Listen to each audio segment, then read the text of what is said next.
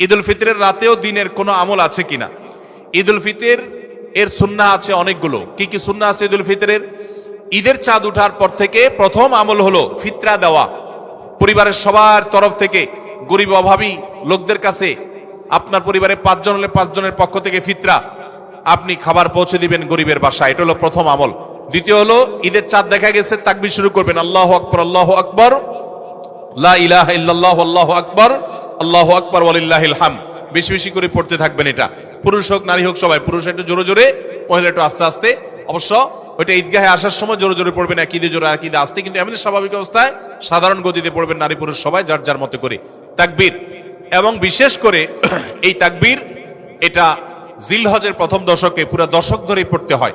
যাই হোক, এই ঈদের চাঁদ উঠার পর থেকে ঈদের নামাজ পড়তে তাকবীর আমরা শেষ করে পড়তে থাকবো। তৃতীয়ত হলো মেসওয়াক করবেন।